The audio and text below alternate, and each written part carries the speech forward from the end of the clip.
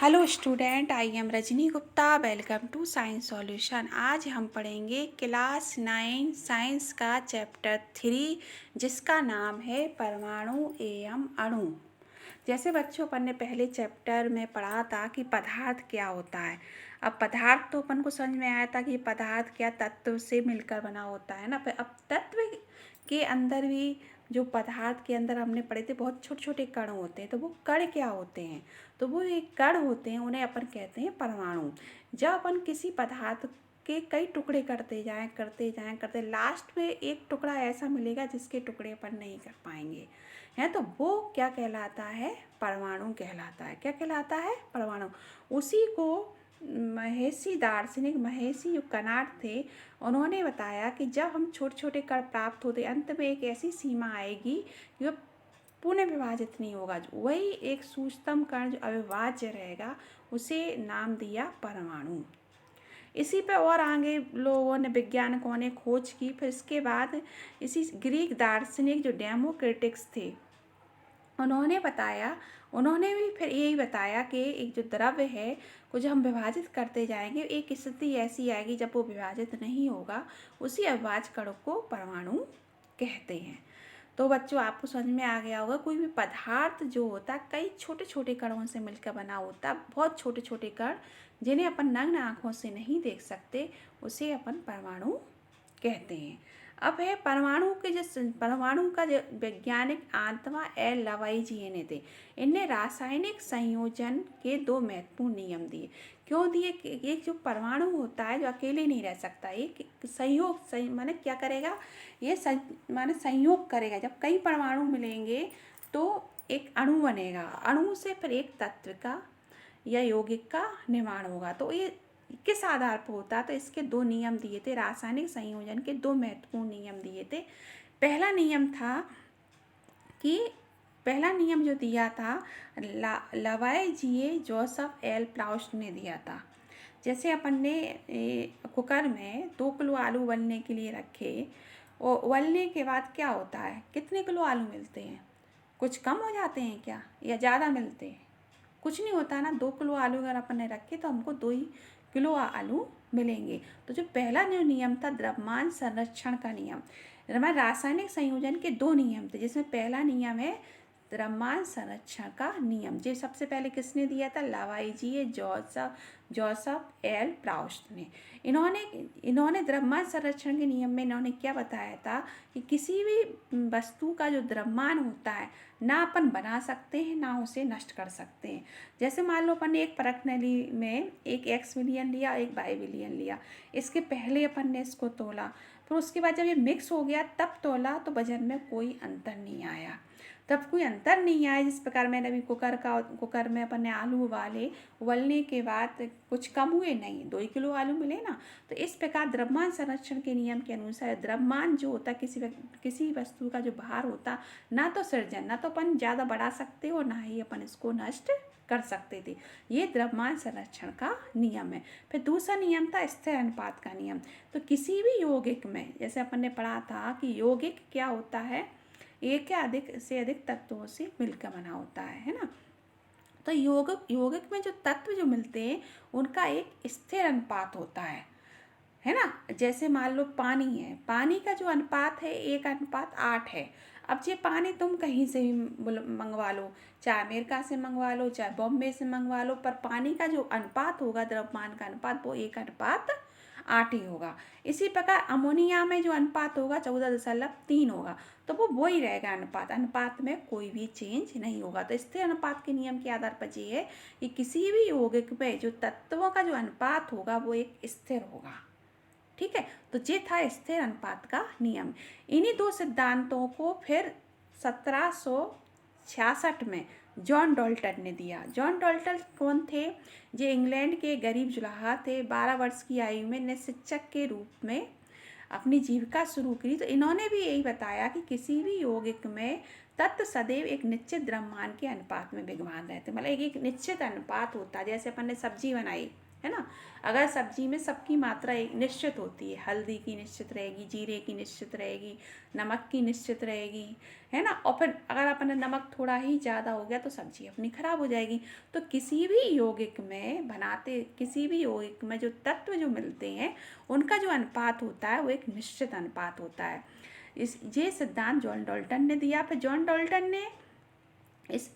Dalton ने भी ये भी कहा कि प्रत्येक जो द्रव्य है, द्रव्य को ही अपन पदार्थ बोलते हैं, द्रव्य का इंग्लिश रूप क्या, पदार्थ। तो प्रत्येक जो द्रव्य का सूक्ष्मतम जो अविभाज्य कण हो जिससे परमाणु नाम, यही डाल्टन ने भी दिया। पर डाल्टन ने रासायनिक संयोजन नियम के आधार पर अपना एक सिद्धांत प्रस्तुत किया, जैसे बोले डाल्टन का परमाणु सिद्धांत।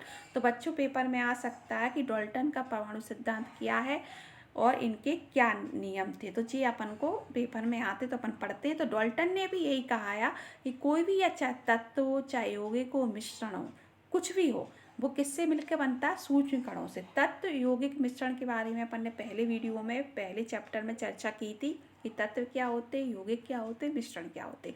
अब तत्व किससे मिलकर बनता है, तो वो सूक्ष्म जो कण होते हैं उन्हें अपन ने कहा परमाणु, है ना। तो ये परमाणु का जो सबसे पहले बहुत से वैज्ञानिकों ने नाम दिया, फिर उसके बाद डाल्टन ने भी यही कहा कि जो हमारा तत्व या यौगिक और मिश्रण है वो बहुत छोटे छोटे कणों से मिलकर बना होता है, जिसे हम परमाणु कहते हैं। इनका जो सिद्धांत था, इन्होंने भी यही बातें कही कि सभी जो द्रव्य होते हैं परमाणु से निर्मित होते हैं। सभी द्रव्य मतलब पदार्थ, सभी जो पदार्थ होते हैं, चाहे वो तत्व हो, चाहे वो यौगिक हो, मिश्रण हो, सब किससे बने होते हैं, परमाणु से बने होते हैं। माने सबसे पहले अपना आएगा परमाणु, फिर आएगा तत्व, तत्व से मिलकर यौगिक बना और फिर मिश्रण बना। इसी प्रकार इन्होंने कहा परमाणु जो होता है वो जो सूक्ष्मतम कण होता है, इसे ना तो अपन बना सकते और ना ही इसका नष्ट कर सकते। जैसे मान लो अपन ने शक्कर ली, है ना, शक्कर के क्रिस्टल लिए, अगर अपन ने शक्कर को पीस दिया, पीसा तो पीसने के बाद भी उसका वही गुण रहेगा जो शक्कर का था। तो मैं तत्व जो परमाणु होता है बहुत छोटे छोटे कण होते हैं और प्रत्येक परमाणु का अपना एक रासायनिक गुण होता है। शक्कर के कितने भी अपन टुकड़े करेंगे तो प्रत्येक जो सूक्ष्मतम जो कण होगा वो उसमें सब में वही रासायनिक गुण भी होगा।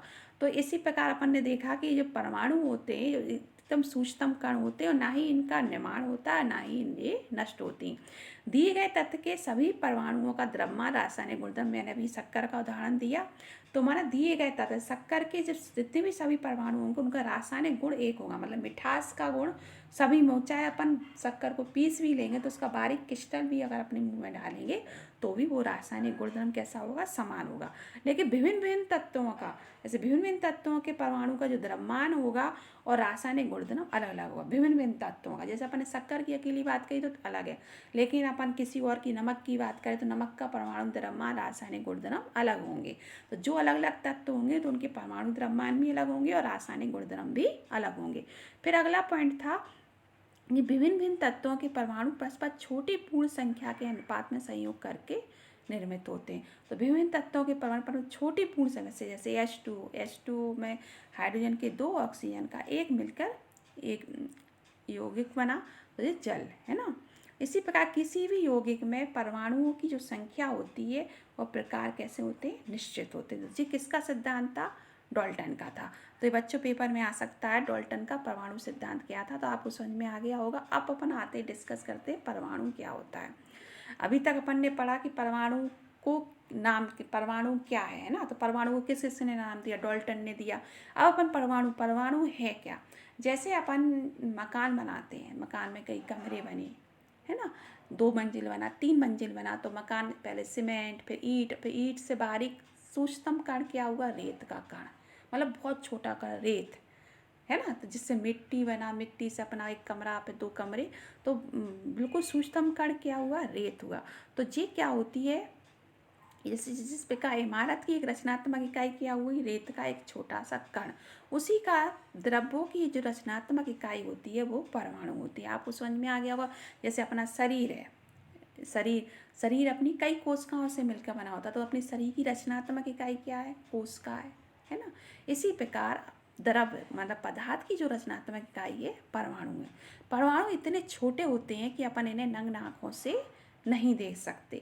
जब इनकी कई परत लगती हैं तब कहीं जाके कागज जैसी एक मोटी परत बनती है। जैसे 1 नैनोमीटर बराबर होता है 10⁹ 9, 1 नैनोमीटर बराबर होता है 10⁹ परमाणु त्रिज्या को 10⁻9 मीटर बराबर 1 नैनोमीटर। अब इसको अपन सापेक्ष आकार पढ़ते, जैसे एक तरबूज का जो त्रिज्या होती है 10⁻1, 10⁻10⁻1, ये तरबूज की त्रिज्या है। चींटी की है 10⁻2 -2।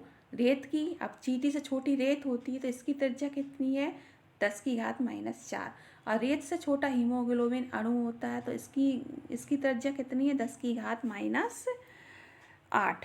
फिर एक जल का अणु, उसके अणु हीमोग्लोबिन अणु से भी छोटे होते हैं तो उसकी जो त्रिज्या होती है 10⁻9। और एक हाइड्रोजन परमाणु उससे भी छोटा होता है तो उसकी त्रिज्या होती है 10⁻10। अब आप सोच लो कितना छोटा हाइड्रोजन परमाणु होता होगा, जिसे अपन नग्न आँखों से नहीं देख सकते। इतना सूक्ष्म परमाणु हाइड्रोजन का होता है।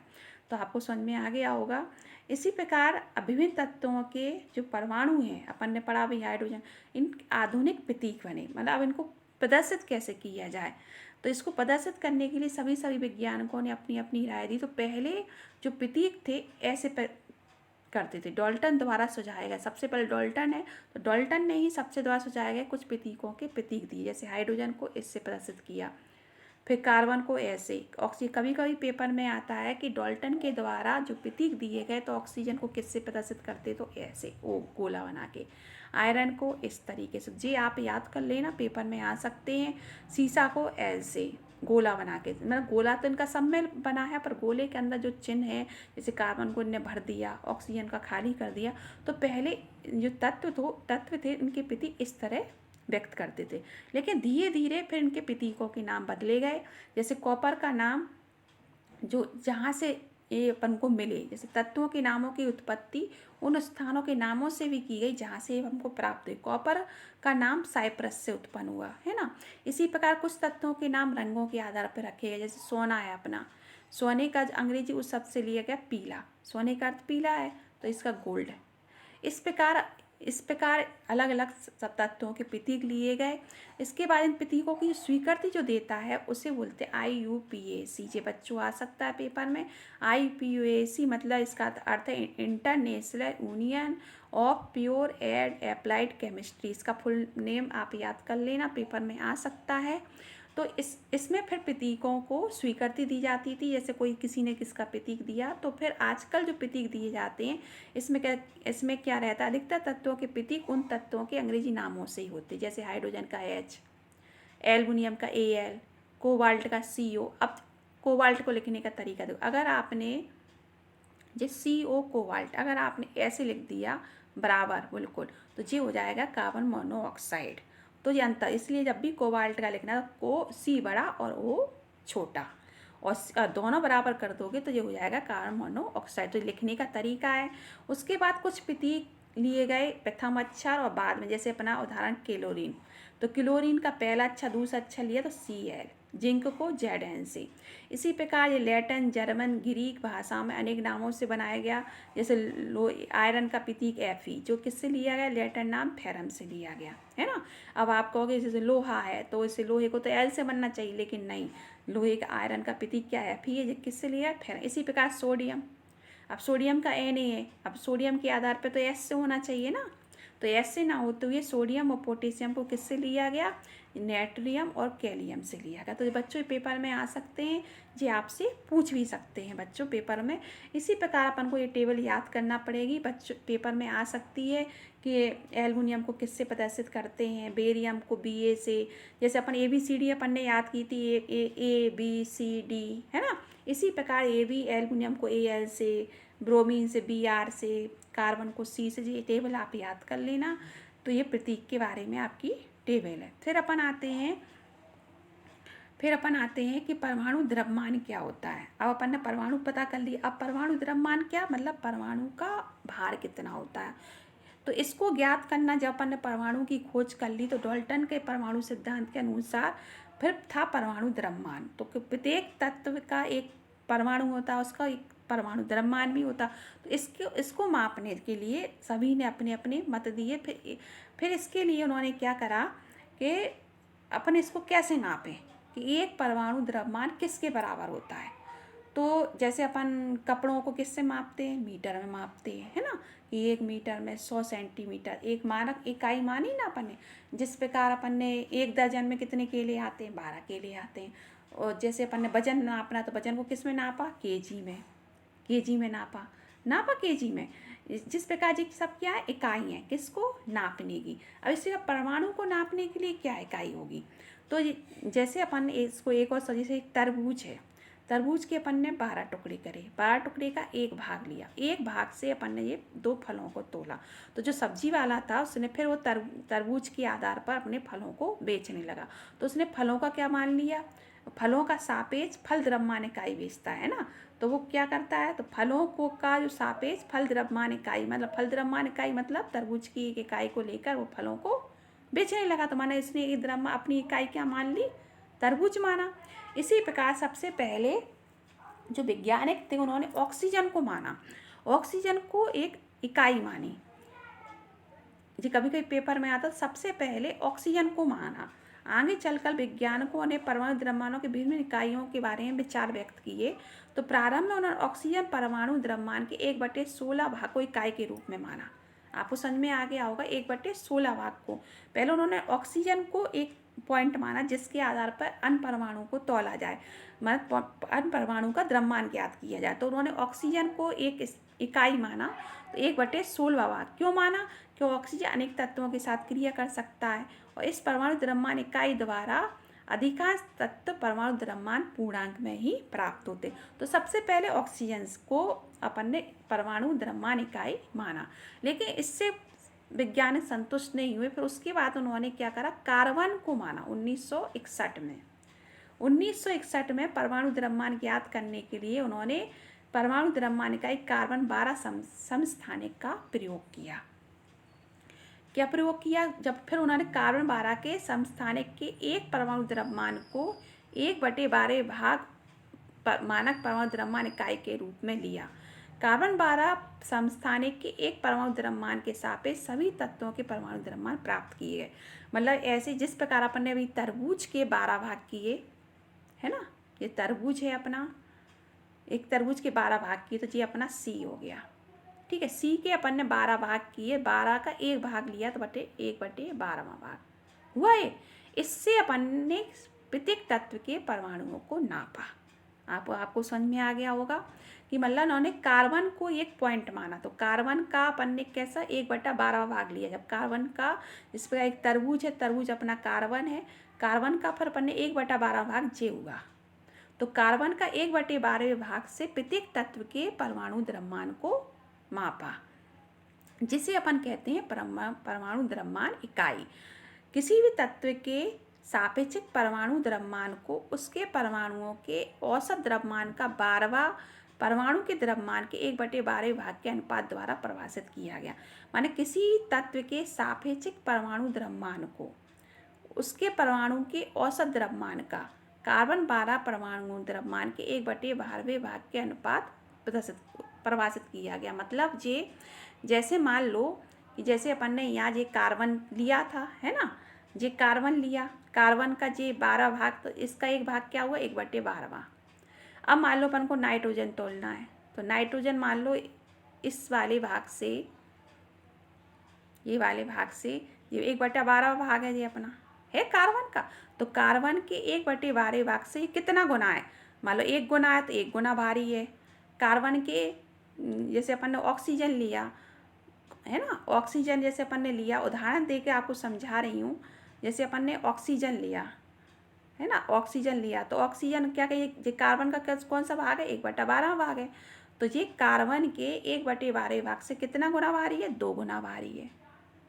इस तरीके से तुलना की गई। तो इसको अपन इस तरीके से परिभाषित करेंगे, किसी तत्व के सापेक्षिक परमाणु द्रव्यमान को, मतलब कोई तत्व है जिसका उसके परमाणु के कार्बन 12 के 1/12 भाग के अनुपात द्वारा मतलब 1/12 भाग से कितना गुना है, इससे इसे परिभाषित किया गया। अब इसको देखते, जैसे हाइड्रोजन का 1 है परमाणु द्रव्यमान, ये आपको याद करना पड़ेंगे। कार्बन का 12 अभी अपन ने पढ़ा ही था, नाइट्रोजन का 14, ऑक्सीजन का 16, सोडियम का 23, मैग्नीशियम का 24, सल्फर का 32, क्लोरीन का 35.5, 35.5 और कैल्शियम का 40। तो ये सब बच्चों क्या है, परमाणु द्रव्यमान, जिसे अपन किस में प्रकट करते हैं, यू में, है ना। यू में परमाणु द्रव्यमान को व्यक्त करते हैं। यहाँ अपन ने पढ़ा भी था कि जो परमाणु द्रव्यमान क्या है, IUPAC के नमूनतम अनुपात द्वारा यूनिफाइड द्रव्यमान प्रदर्शित करते हैं। यू को यूनिफाइड द्वारा अपन क्या करते हैं, द्रव्यमान को प्रदर्शित करते हैं। तो बच्चों ये द्रव्यमान आपको याद करना पड़ेंगे, ये भी पेपर में आते, क्योंकि इन्हीं के आधार पर अपन आगे बहुत कुछ सवाल भी आएंगे। परमाणु द्रव्यमान ज्ञात करना, आणविक द्रव्यमान ज्ञात करना, तो इससे ही संभव होगा। तो वो आप याद कर लेना टेबल। अब आता है परमाणु किस प्रकार अस्तित्व में रहते। अब अपन ने पढ़ा कि प्रत्येक पदार्थ कई छोटे छोटे कणों से मिलकर बना होता है, जो परमाणु कहते हैं। अब परमाणु क्या होते हैं, अकेले नहीं रहते जी, माने संयुक्त रूप से रहते हैं। तो ये क्या करते हैं, परमाणु मिलकर या तो अणु बनाएंगे या आयन बनाएंगे। तो ये अणु आयन अत्यधिक संख्या में मिलकर क्या बनाएंगे, पदार्थ बनाएंगे। तो अणु आयन बनेगा, फिर तत्व बनेगा, फिर कोई यौगिक भी बनेगा, फिर पदार्थ। तो जो तत्व होता है उसी को अपन कहते हैं पदार्थ, है ना। तो जो तत्व तो क्या बनाएंगे, द्रव्य बनाएंगे, जिसे अपन क्या कर सकते हैं, छू सकते हैं, देख सकते हैं। तो आपको समझ में आ गया परमाणु किस प्रकार अस्तित्व में रहते हैं। परमाणु स्वतंत्र रूप से नहीं रह सकते, ये क्या करते हैं, मिलते हैं तो मिलकर क्या बनाते हैं, दो परमाणु मिलकर अणु बनाएंगे या आयन बनाएंगे, और अत्यधिक संख्या में मिल जाएंगे तो क्या बनाएंगे, द्रव्य, जिसे अपन कहते हैं पदार्थ। ठीक, इसके बाद अब आता है परमाणु अणु क्या है। अब ये क्वेश्चन आंसर तो आप लिख ही दोगे। परमाणु द्रव्यमान इकाई को परिभाषित कीजिए। एक परमाणु को आंखों द्वारा देखना क्यों संभव होता है, तो बहुत सूक्ष्म होता है, इसलिए अपन देख नहीं सकते। अब है अणु क्या होते हैं। तो अणु क्या होते हैं, जब दो या दो से अधिक परमाणु मिलकर, दो या दो से अधिक परमाणु का जो समूह होता है, जो रासायनिक बंध द्वारा जुड़े रहते हैं, परस्पर आकर्षण बल के द्वारा कसकर जुड़े हुए रहते हैं, उसे अपन कहते हैं अणु। में दो या दो से अधिक परमाणुओं का जो समूह होता है वो अणु होता है। जब दो या दो से अधिक परमाणु जो मिलकर जो बनाते हैं उसे क्या कहते हैं, अणु। तो अणु अपन किससे मिलकर बनता है, एक ही तत्व के परमाणु या विभिन्न तत्वों के परमाणु परस्पर संयोग करके अणु निर्मित करते हैं। या तो एक ही तत्व के होंगे जैसे H2, या भिन्न तत्वों के, है ना, तो वो मिलकर क्या बनाते हैं, अणु बनाते हैं। जैसे अणु कई प्रकार के होते हैं, जैसे जिसमें एक अणु भाग लेगा, एक परमाणुकता हुई, तो परमाणुओं की संख्या को ही उस अणु की परमाणुकता कहते हैं। क्या कहते हैं, परमाणुकता। तो क्या कहेंगे, परमाणुकता कहेंगे उस तत्व की परमाणुकता का फलनलक्षण। जैसे मान लो अपन यहाँ पढ़ते हैं ऐसे अधातु, अधातु में जैसे अपना आर्गन है, आर्गन एक परमाणु होता है, हीलियम एक परमाणु, ऑक्सीजन के दो अणु तो दो ही परमाणु, हाइड्रोजन के दो, मतलब H2 है तो दो ही परमाणु, नाइट्रोजन N2 दो परमाणु, क्लोरीन दो परमाणु, फास्फोरस चतुर परमाणु। फास्फोरस के कितने अणु होते हैं, चार परमाणु मिलकर अणु बनाते हैं फास्फोरस में। सल्फर में मतलब सल्फर में बहुत सारे, मतलब बहुपरमाणुक का अर्थ बहुत सारे परमाणुओं ने मिलकर सल्फर बनाया। और धातुओं में जैसे सोडियम एक परमाणु है, आयरन भी एक परमाणु है, एल्युमिनियम भी एक परमाणु है, और कॉपर भी एक परमाणु का। तो मतलब एक परमाणु का अर्थ है एक परमाणु से मिलकर बना है। दो ही परमाणु का अर्थ है दो परमाणु से। मतलब पेपर में ऐसे आ सकता है कि दो ही परमाणु क्या किसे कहते हैं, उदाहरण देकर समझाइए। एक परमाणु किसे कहते हैं, उदाहरण देकर समझाइए, तो आप दे सकते हैं। तो ये भी आप याद कर लेना। फिर यौगिक के अणु कैसे होते हैं, अभी अपन ने पढ़ा परमाणु पढ़ा, परमाणु से द्रव्य बनता है। फिर अभी अपन ने अणु पढ़ा, अणु किससे मिलकर बनते हैं, परमाणु से। अब आती है बात यौगिक। अब यौगिक किससे बनते हैं, अभी अपन ने पढ़ा तत्वों के अणु, अभी पढ़ा ना, एक तत्व है उसके अणु की चर्चा करी। जो तत्व है, जैसे मान कोई एक तत्व है, जैसे आयरन अकेला एक तत्व है, तो इस कितने अणु से मिलकर बना होता है, ये तत्व का जो अणु है, आयरन एक अणु है, जो तत्व है जो किससे बना, एक परमाणु से मिलकर बना। तो अभी अपन ने तत्वों के अणुओं के बारे में चर्चा करी। जो अणु किससे मिलकर बनते हैं, परमाणुओं से मिलकर बनते हैं। तो तत्वों के अणु की जब एक परमाणु से बनते हैं तो एक परमाणु, दो से बनते हैं तो दो परमाणु, तीन से बने त्रिपरमाणु। तो ये अपन ने भी पढ़ा तत्वों के अणु। अब यौगिक के अणु में, यौगिक में तो दो भिन्न भिन्न तत्व के होंगे, है ना। तो यौगिक में जो भिन्न भिन्न तत्वों के जो परमाणु होंगे वो एक निश्चित अनुपात में जुड़कर यौगिक के अणु बनाएंगे। किसके बनाएंगे, यौगिक के अणु। तत्वों के अणु में केवल एक ही तत्व ने भाग लिया, यौगिक में विभिन्न विभिन्न तत्वों के जो परमाणु हैं निश्चित अनुपात में परस्पर जुड़कर यौगिक के अणु बनाएंगे। जैसे अपना उदाहरण से समझेंगे, जैसे पानी पानी में क्या क्या जुड़ा तत्व है? पानी में 2 तत्व हैं, एक हाइड्रोजन और ऑक्सीजन। इसका जो अनुपात है 1:8 है। इसी प्रकार अमोनिया NH3 है, ये किससे मिलकर बना? नाइट्रोजन से और हाइड्रोजन से मिलकर बना। इसका अनुपात क्या है? 14:3। इसी प्रकार कार्बन डाइऑक्साइड का अनुपात कितना है? कार्बन प्लस ऑक्सीजन, इसका अनुपात है 3/8। तो बच्चों ये अनुपात भी अपन निकाल सकते हैं, जैसे हाइड्रोजन का जैसे अपन को पता है पानी का सूत्र क्या होता है? H2O, है ना। तो H के कितने अणुओं ने भाग लिया? 2 अणुओं ने भाग लिया, है ना। तो 2 अणुओं ने भाग लिया और इसका जो परमाणु जो भार होता है H का, परमाणु द्रव्यमान कितना होता है? 1। तो 1 का 1, 2 ने भाग लिया तो 2 हुए ना। एक जिस प्रकार अपन उसको दोबारा समझें, जैसे अपन को अनुपात द्रव्यमान अनुपात ज्ञात हो, द्रव्यमान मतलब परमाणु द्रव्यमान। तो जैसे H2A, H2O में H का जो परमाणु होता है 1 होता है। अब हाइड्रोजन के कितने अणुओं ने भाग लिया? 2 ने लिया, तो 1 गुणा 2, तो क्या होगा? 2 हुआ। इसी प्रकार ऑक्सीजन के 1 ने भाग लिया, इसका परमाणु द्रव्यमान कितना होता है? 16 होता है। तो 16 और 2 से 1 को काटेंगे तो 1/8 आएगा। तो इसका अनुपात क्या हुआ? 1/8। इसी प्रकार अपन अमोनिया का भी निकाल सकते हैं। अमोनिया का क्या होता है? NH3 सूत्र होता है। तो अमोनिया का जो परमाणु द्रव्यमान होता है वो 14 होता है। तो अमोनिया के 1 ने भाग लिया तो 14, ठीक है। और हाइड्रोजन के कितने अणुओं ने भाग लिया? 3 अणुओं ने लिया। तो 1 का 1 होता है, तो 2 का 2, 3 का 3, तो इसका अनुपात कितना? 14/3 हो गया। इसी प्रकार कार्बन डाइऑक्साइड का अनुपात अपन ज्ञात कर सकते हैं, CO2। तो कार्बन का जो परमाणु भार होता है कितना होता है? 12 होता है। 1 अणु ने भाग लिया तो 12 ही होगा। ऑक्सीजन का परमाणु भार कितना होता है? 16 होता है ना। परमाणु भार कितना होता है? 16। जी अब आपको याद करना पड़ेंगे। परमाणु क्रमांक 8 और परमाणु जो द्रव्यमान भार 16 होता है। तो 16, तो कितने अणुओं ने भाग? 2 ने लिया, तो इसका कितना हो जाएगा? 32 हो जाएगा, है ना। और जब इसको काटेंगे तो कैसे काटेंगे? तो इसको अपन 4 की टेबल से काट देंगे। 4 3 12 और 4 8 32। तो इसका अनुपात आ गया 3:8। इस प्रकार ये अनुपात निकाले जाते हैं बच्चों। तो प्रत्येक जो यौगिक में जो तत्व होते हैं उनका एक निश्चित अनुपात होता है। अपन अभी स्थिर अनुपात का नियम पढ़ा था ना, कि प्रत्येक जो यौगिक में जो तत्व जो मिलते हैं वो एक स्थिर अनुपात होता है। तो सबका एक अनुपात होता है। इसके बाद अपन आते हैं, इसके बाद जल में प्रयुक्त परमाणुओं की संख्या का अनुपात। तो परमाणु की संख्या तो आप निकाल ही लोगे। मान लो जैसे H2O है, H2O में इसके कितने परमाणु हैं? H2 एक अणु है। अब इससे कितने परमाणु हैं? 2 हैं। और O का 1 है, तो O का 1, तो इसका अनुपात क्या होगा? 2:1 हो गया। इसी प्रकार हम एक और किसी का देख लेते हैं। जैसे अपन ने ले लेते हैं कि NOH ले लेते हैं। तो NOH का अनुपात क्या होगा? Na का 1 है और O का अपन जैसे अभी अपन NH3 का देखते हैं। NH3 का अपन ने अभी लिया था।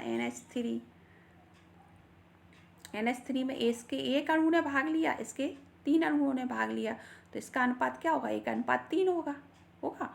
इसी प्रकार H2SO4 ले लेते हैं।